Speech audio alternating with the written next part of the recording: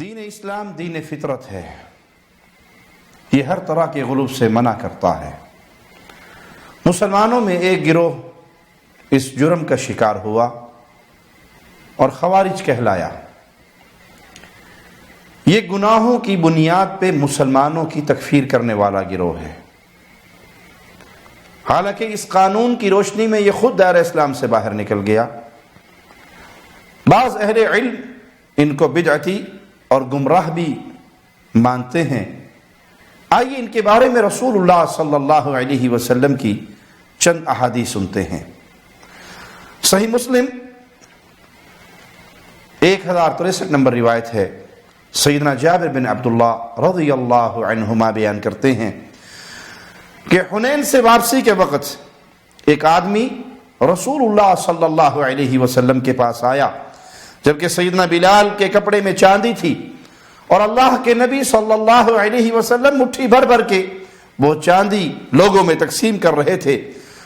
تو اس ظالم نے کہا، اے محمد صلی اللہ علیہ وسلم عدل کیجئے۔ آپ صلی اللہ علیہ وسلم نے فرمایا، ویلک ومن یعدل اذا لم اکن اعدل، تیرے لیے ویل ہو، بربادی ہو، ہلاکت ہو یا جہنم ہو اگر میں عدل و انصاف سے کام نہیں لوں گا، پھر عدل کون کرے گا؟ دھرتی میں سب سے بڑے عادل تو محمد الرسول اللہ ہے صلی اللہ علیہ وسلم۔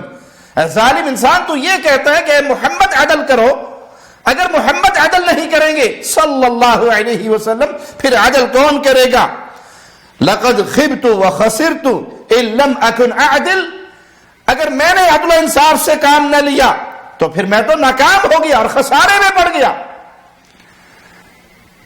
تم نے کتنی بڑی جرت کی یہ جملے کہہ کر اس ہستی کو جو ہستی کائنات میں سب سے افضل اور سب سے بڑھ کر عدل و انصاف کرنے والی ہستی ہے۔ اس پر امیر المؤمنین امیر عمر رضی اللہ عنہ وارضا انہوں نے اجازت مانگی، اے اللہ کے نبی صلی اللہ علیہ وسلم اجازت دیجئے میں اس منافق کی گردن مار دوں۔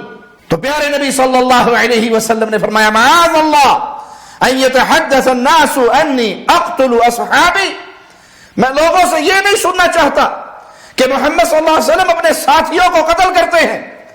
اس ظالم نے اسلام کا چولا اوڑا ہوا ہے، تم اسے اگر قتل کر دو گے تو لوگ کیا باتیں کریں گے کہ محمد صلی اللہ علیہ وسلم نے اپنے ساتھی کو قتل کر دیا؟ میں لوگوں سے یہ نہیں سننا چاہتا۔ ان هذا واصحابه يقرؤون القرآن لا يجاوز حناجرهم، یہ اور اس جیسے اس کے ساتھی، اس کی آل اولاد، اس کی نسل سے یہ قرآن پڑھیں گے لیکن وہ قرآن ان کے حلق سے نیچے نہیں اترے گا۔ کیا معنی؟ اس کا اثر ان کی زندگیوں پہ نہیں ہوگا، یہ قرآن کو سمجھیں گے نہیں، قرآن سے عقیدہ نہیں لیں گے، فہم نہیں لیں گے، قرآن پڑھیں گے لیکن ان کے حلق سے وہ نیچے نہیں اترے گا، ان کے جسموں پر نظر نہیں آئے گا۔ اور ان کی کیفیت کیا ہے، ان کی حالت کیا ہے؟ یمرقون منہ کما یمرق السہم من الرمیہ، یہ اسلام سے ایسے نکلے گے جیسے تیر اپنے شکار سے نکل جاتا ہے۔ تو یہ خوارج کا سردار، یہ خوارج کا ٹولہ جنہوں نے رسول اللہ صلی اللہ علیہ وسلم پر اعتراض کیا کہ آپ عدل کیجئے، آپ علیہ الصلوۃ والسلام نے ان کی حقیقت بیان کر دی کہ یہ قرآن پڑھنے والے، قرآن کی تلاوت کرنے والے، لیکن وہ قرآن ان پہ اثر انداز نہیں ہوگا، ان کے حلق سے نیچے نہیں اترے گا اور اسلام کے ساتھ ان کا کوئی رشتہ نہیں، یہ اسلام سے ایسے نکل گئے جیسے تیر شکار سے نکل جاتا ہے۔ سیدنا ابو سعید رضی اللہ عنہ وارضا بیان کرتے ہیں کہ سیدنا علی نے نبی کریم صلی اللہ علیہ وسلم کی خدمت میں سونے کا ایک ٹکڑا بھیجا جو آپ صلی اللہ علیہ وسلم نے 4 اشخاص کے اندر تقسیم کر دیا۔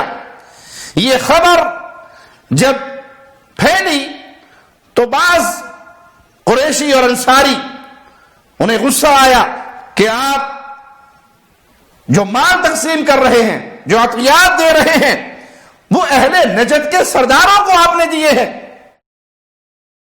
اور ہمیں نظر انداز کر دیا۔ ان کو دینے کا مقصد ان کے دلوں کو نرم کرنا، ان کے دلوں کو اسلام کی طرف موڑنا تالیف قلبی کے لیے رسول اللہ صلی اللہ علیہ وسلم نے یہ عمل کیا. تو آپ نے فرمایا انما اتعلفهم، میں تو ان کو تالیف قلبی کے لیے یہ معاملہ کر رہا ہوں، ان کا دل نرم کرنے کے لیے اس لیے دے رہا ہوں. اس دوران ایک آدمی آیا جس کی آنکھیں دھسی ہوئی، رخسار ابھرے ہوئے، اونچی پیشانی، گھنی داڑھی اور سر منڈا ہوا تھا، اور اس نے آ کر کہا اے محمد صلی اللہ علیہ وسلم اللہ سے ڈر جائیں. پیارے نبی صلی اللہ علیہ وسلم نے فرمایا من یطع اللہ اذا عصیت، اگر میں اللہ کی نافرمانی کر رہا ہوں یا میں نافرمانی کروں گا تو پھر اللہ کی فرما برداری کون کرے گا؟ تو مجھے کہتے ہیں اللہ سے ڈر جا، یعنی میں نے یہ گناہ کیا ہے؟ اگر میرے اوپر یہ تہمت لگاتے ہو، اگر میں نے نافرمانی کی اللہ کی تو فرما بردار کہاں سے ڈھونڈ کے لاؤ گے؟ دھرتی پہ اللہ کو سب سے زیادہ پہچاننے والے محمد الرسول اللہ، اللہ سے سب سے زیادہ ڈرنے والے محمد الرسول اللہ، اللہ کی سب سے زیادہ فرما برداری کرنے والے محمد الرسول اللہ صلی اللہ علیہ وسلم. اے دنیا والو، تم مجھے امین نہیں سمجھتے، حالانکہ اللہ نے مجھے امین مقرر کیا ہے. آسمانوں سے اللہ کی طرف سے جو یہ کتاب کی امانت آئی ہے وہ تو میرے سینے پر اور میرے دل پر اللہ کے ہاتھوں میں امین ہوں. کیا تم مجھے امین نہیں سمجھتے؟ ایک شخص نے کہا ہے اللہ کے نبی صلی اللہ علیہ وسلم اجازت دیجئے ہم اس کی گردن مار دیں.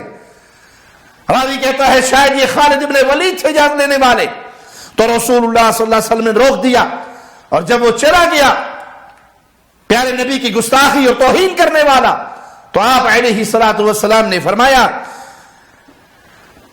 کہ اس کی نسل سے یا اس کی پشت سے ایسے لوگ نکلیں گے یقرؤون القرآن، جو قرآن بہت زیادہ پڑھیں گے، لا یجاوز حناجرہم، لیکن وہ قرآن ان کے حلق سے نیچے نہیں اترے گا. یمرقون من الدین مروق السہم من الرمیہ، وہ دین سے ایسے نکل جائیں گے جیسے تیر شکار سے نکل جاتا ہے. یقتلون اہل الاسلام، یہ خوارج کا ٹولہ مسلمانوں کو قتل کرے گا، اہل اسلام کو قتل کرے گا. وَيَدْعُونَ أَهْلَ الْأَوْثَانِ، بت پرستوں کو چھوڑ دے گا. ان کے سامنے مسلمان آئے اور بت پرست آئے تو یہ بت پرستوں کو چھوڑ دیں گے اور مسلمانوں کو قتل کریں گے. لَإِنْ أَنَا أَدْرَكْتُهُمْ لَأَقْتُلَنَّهُمْ قَتْلَ عَادٍ، اگر میں ان کے گروہ کو پالوں تو میں انہیں ایسے قتل کروں جیسے قوم عاد کو قتل کیا گیا. اور آج بھی آپ خوارج کا حال دیکھ لیں، یہ خوارج مسلمانوں پہ حملہ آور ہوتے ہیں، بت پرستوں کو چھوڑ دیتے ہیں اور مسلمانوں کو ذبح کرتے پھرتے ہیں. ان خوارج کی مختلف ٹولیاں ہیں. ایک ٹولی والا دوسری ٹولے کی امیر کو نہیں مانتا تو وہ اسے پکڑتا ہے اور چھروں سے ذبح کر دیتا ہے. داعش کا حال آپ نے دیکھا، خوارج کے اس گروہ کو آپ نے دیکھا جو مسلمانوں پہ حملہ آور، مسلمانوں کی مسجدوں میں بم دھماکے، مسلمانوں کے مدرسوں میں بم دھماکے، مسلمانوں کے بازاروں میں بم دھماکے. ان سے کفار محفوظ ہیں، بت پرست محفوظ ہیں، اور ان کا سارا زور لگ رہا ہے تو اہل توحید کے خلاف اور مسلمانوں کے خلاف. یہ خوارج کی وہ نشانی ہے جو رسول اللہ صلی اللہ علیہ وسلم نے بیان کر دی. اس حدیث میں جس شخص کی کیفیت بیان ہوئی، آنکھوں کا گہرا ہونا، ماتھے کا ابھرا ہوا ہونا، گھنی داڑھی ہونا، سر کا مونڈا ہوا ہونا، یہ نشانی اس شخص کی تھی. اس سے یہ مراد نہیں کہ سارے خوارج اسی شکل و صورت کے ہوں گے، یہ اس کی اس شخصیت کو بیان کیا گیا جس ظالم اور مجرم نے آ کے توہین کی تھی پیارے نبی صلی اللہ علیہ وسلم کی. شروع میں یہ افراد تھوڑے ہوتے ہیں، پھر یہ گروہوں کی شکلوں میں مار دھاڑ شروع کرتے ہیں. اگر یہ منظم گروہ بن جائیں اور مسلمانوں کے لیے باعث فتنہ اور مصیبت بنے، پھر اس گروہ کو قتل کرنا وہ رسول اللہ صلی اللہ علیہ وسلم کی حدیث سے ثابت ہے کہ اگر میں ان کو پالوں، یعنی ان کے جمگٹے کو پالوں، یہ اکٹھے ہو اور مسلمانوں میں یہ جرائم کریں، تو پھر میں ان کو ایسے قتل کروں جیسے قوم عاد قتل ہوئی. سیدنا علی بن ابی طالب رضی اللہ عنہ وارضا بیان کرتے ہیں کہ میں نے رسول اللہ صلی اللہ علیہ وسلم کو فرماتے ہوئے سنا، سَيَخْرُجُ فِي آخِرِ الزَّمَانِ قَوْمٌ أَحْدَاثُ الْأَسْنَانِ، اس خلافت راشدہ کے آخری زمانے میں ایک قوم نکلے گی۔ اس کی صفات بیان کی پیارے نبی صلی اللہ علیہ وسلم نے۔ وہ ہوں گے کون؟ کم عمر، ایک تو عمر میں کم ہوں گے، سفہاء الاحلام، اور عقل میں بھی کچے ہوں گے۔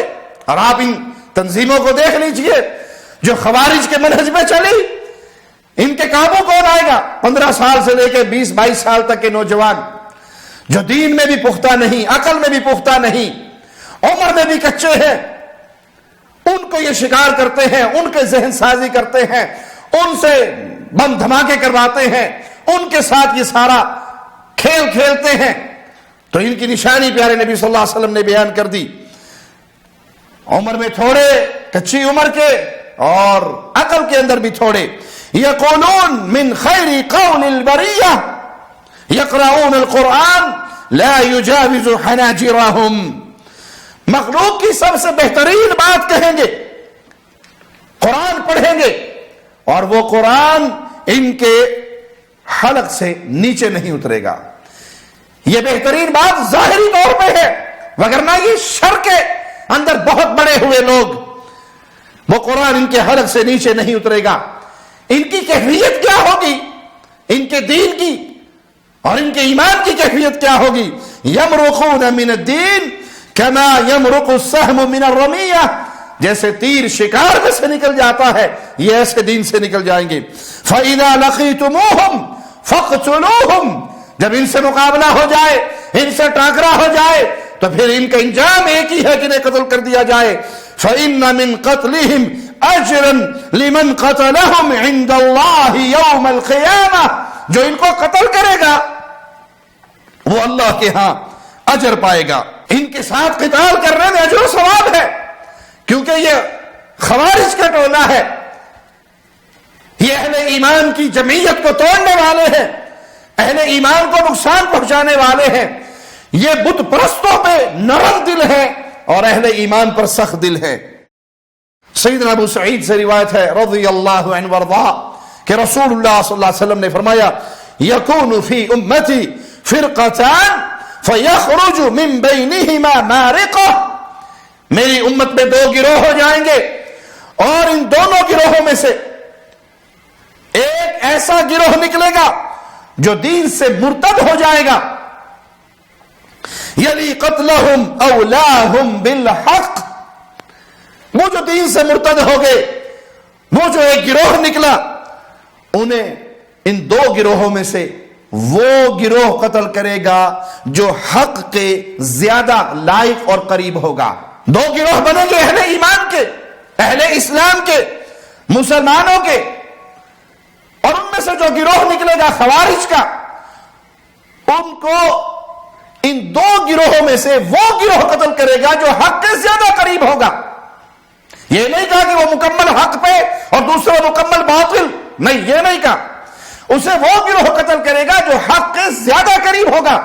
تو سیدنا علی رضی اللہ عنہ وارضاہ اور سیدنا امیر معاویہ رضی اللہ عنہ وارضاہ، یہ 2 گروہ بنے اہل اسلام کے اندر، اہل ایمان کے اندر اختلاف ہوا۔ یہ اختلاف دین کی بنیاد پہ نہیں، عقیدے کی بنیاد پہ نہیں، اجتہاد کی بنیاد پہ ان دونوں میں اختلاف ہوا۔ پھر خوارج نکلے، انہوں نے خروج کیا سیدنا علی رضی اللہ عنہ وارضاہ پہ، اور سیدنا علی نے ان کو پھر قتل کیا، ان سے جنگ کی نہروان میں، اور ان کو سما ہستی سے مٹایا۔